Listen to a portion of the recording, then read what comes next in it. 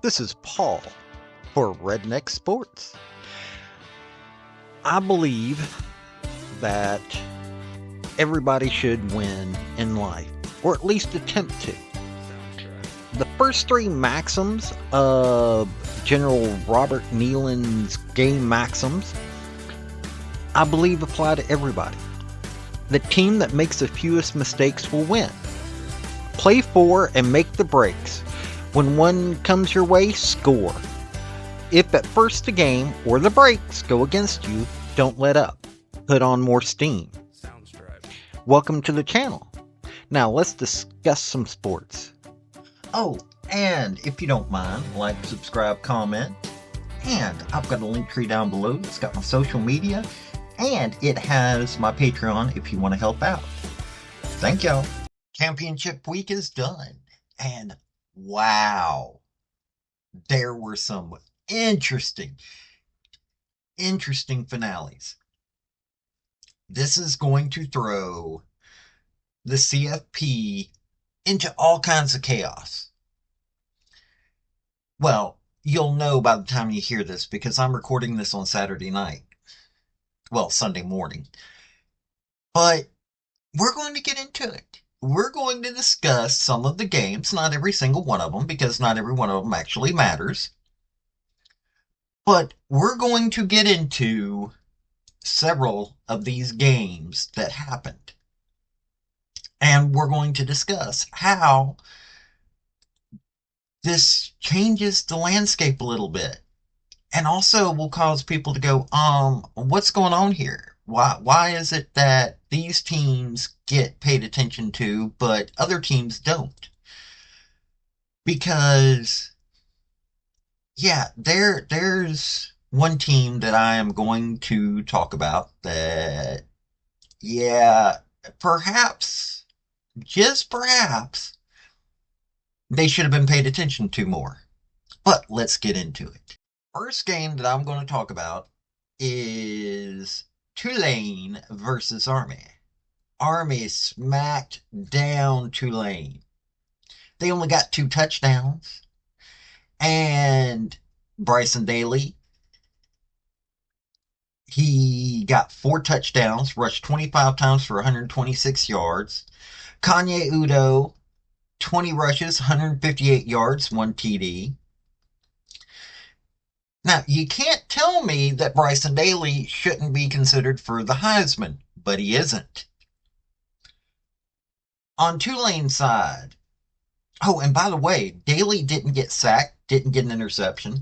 Darian Menza of Tulane threw 2 TDs, one to Alex Bowman and one to Mario Williams.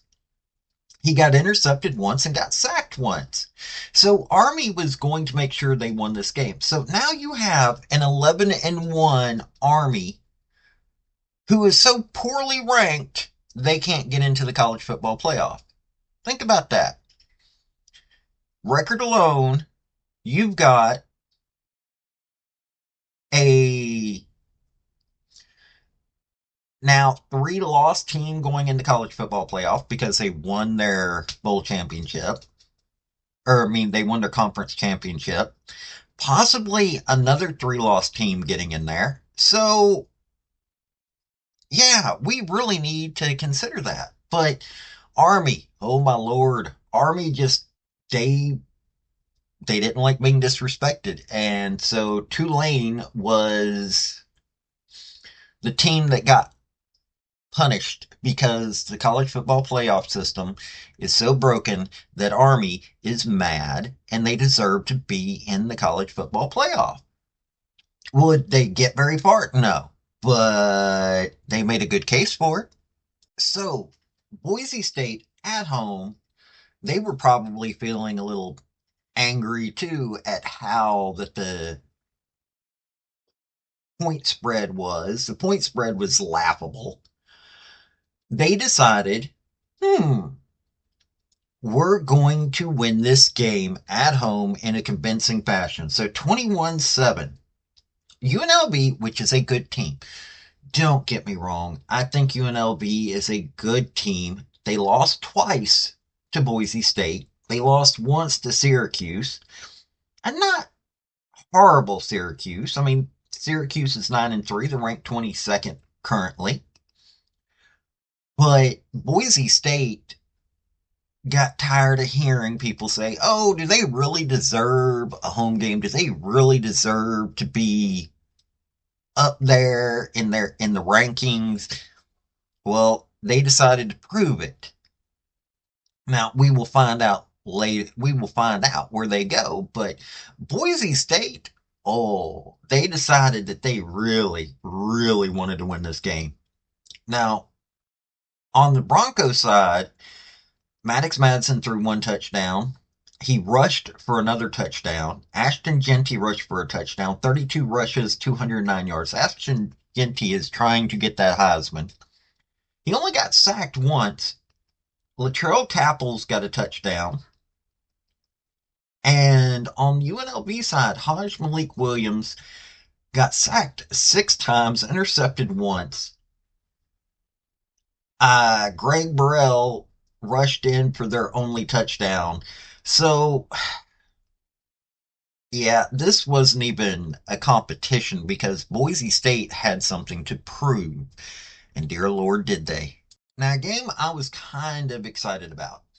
Kenny Dillingham's Arizona State Sun Devils versus the Iowa State Cyclones. Now, both of these teams, don't get me wrong, both these teams were really good teams. Iowa State was going into this 10-2, and Arizona State was going into this 10-2. Arizona State decided we're going to win. We're going to win convincingly. 45-19. Oh. Arizona State, Sam Levitt, their quarterback, threw 3 touchdowns and got sacked once. Cam Scatabo, 2 touchdowns rushing. Sam Levitt rushed in for a touchdown. Then Xavier Gilroy got 2 touchdowns receiving, and Cam Scatabo received a touchdown. On the Iowa State side, Rocco Becht got intercepted once, threw 2 touchdowns, one to Jalen Noel and the other to Carson Hansen. This this wasn't even a contest, really. I mean, Arizona State came out. They said, we're going to the college football playoffs. We're not playing around. And dear Lord, did they. Congratulations, Arizona State. You did what you needed to do in a very confusing Big 12 this year. Okay, this game was a lot closer than I thought it was going to be. But Georgia, Georgia 22, Texas 19. Georgia was wanting to go, hey, we deserve to be in that college football playoff, and we're going to show you we deserve to be there. And Texas, hey, they fought hard in this game. Quinn Ewers, though,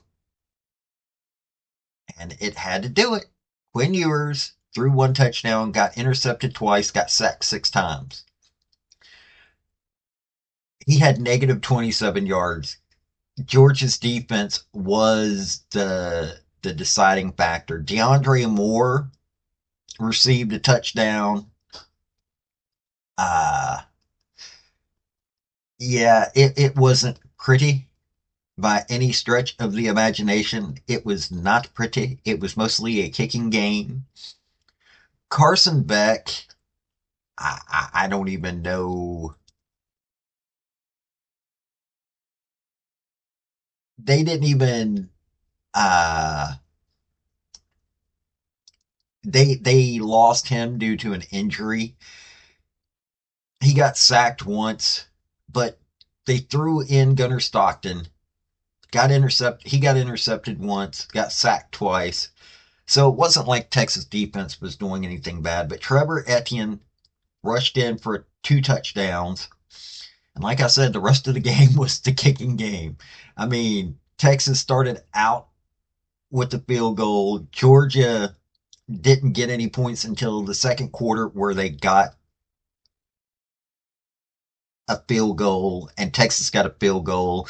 Then third quarter, it was a touchdown and a field goal for Georgia, nothing for Texas. Texas came back the next quarter, touchdown and field goal, and Georgia got a field goal, and then it had to go to overtime. This was a kicking game. There was no other way to think about it. This was a kicking game. And yeah, Trevor Etienne was the deciding factor in this game when it came to that, but the kickers were the deciding factor for the game overall. This was a defensive powerhouse. Now, you tell me that they're not going to be working to demolish the other teams. Okay, James Franklin tried to show that it was more, or that he just had a problem with Ohio State. This was a well fought game, even though Oregon came out on top. Oregon 45, Penn State 37.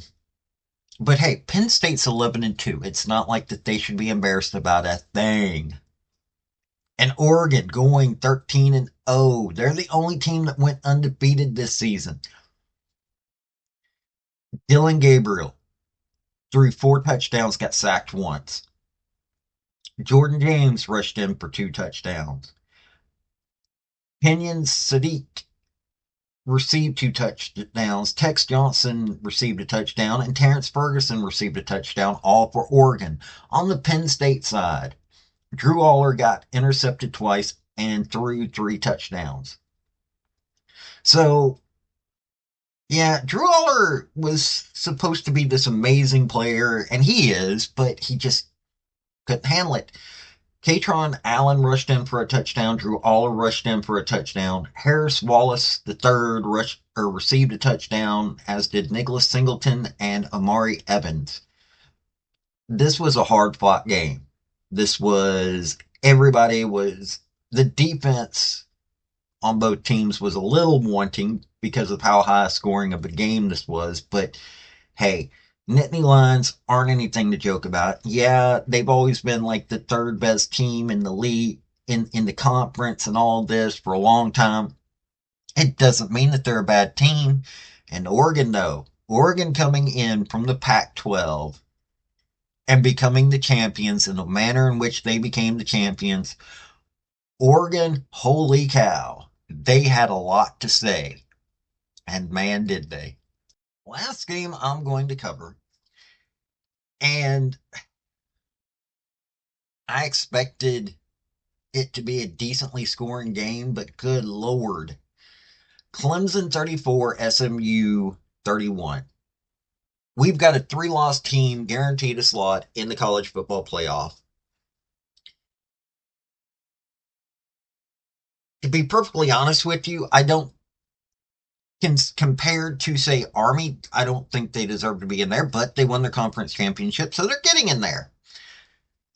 Dabo Swinney had a lot to play for, or had a lot to get his guys to play for in this game. SMU, they're 11-2. They're not anything to, they don't have anything to worry about. What they did this year was amazing. Kevin Jennings on SMU threw 3 touchdowns, got intercepted once, got sacked twice. So that shows you Swinney came in with a defensive mind coming into this game. Kevin Jennings rushed in for a touchdown, and then he threw one to Roderick Daniels Jr., Matthew Hibner, and Richard Smith. We're not talking about a bad SMU. They just needed better defense. Cade Klubnik has been talked down about this entire season. Yeah, he got sacked 3 times. He threw 4 touchdowns, didn't throw an interception. Nobody rushed in for them, but Brian Wesco received 2 touchdowns. Jake Brenningstool received 2 touchdowns. These guys were playing their hearts out. And Clemson was like, we're not going to let somebody come in who's not one of us and win this year. And dear Lord, did they fight to the end. I have to give them that. It also proves that the ACC is not as good as the SEC, in my opinion. But hey, they're going to have the easy route, more than likely. But man, this was a game. So if you missed it, man, you missed a good one. Dabo Swinney was being Dabo Swinney of old. I have to say it. He's getting tired of the talk that people keep saying about him. Now we have to prepare for what is going to be an insane college football playoff decision time as to who's playing and how this is going to go. And I, I honestly don't know. I'll be perfectly honest with you. I don't know how this week's going to be. Uh, I don't know what they're going to say. You already know 5 teams that are going in there. There's a team that deserves to be in there that's not getting in there. It's going to be insane. That's the only way to think about it. This is going to be insane. And there are going to be critics that are going to be saying all kinds of things about this. But we'll find out. We will. We will find out at the end of Sunday how this is going to play out. There's going to be complaints like there were last year because few people are going to talk about Army. That's the sad part. Few people are going to talk about Army. Army deserves to be in there. But they're not going to be. So we'll see. We will see how this goes. This has been Paul with Redneck Sports. Y'all have a good day now. Bye. Thank you for watching this video. I've had some fairly good success with all of my Redneck Sports stuff, and I hope you enjoyed the topic. If you did, like, subscribe, comment, all that rigmarole, and also just let me know what you want to hear about. I'll give a redneck spin to this stuff. Let me tell you, I love sports, so I love people that want to join me in that. This has been Paul with Redneck Sports. Y'all have a good day now. Bye.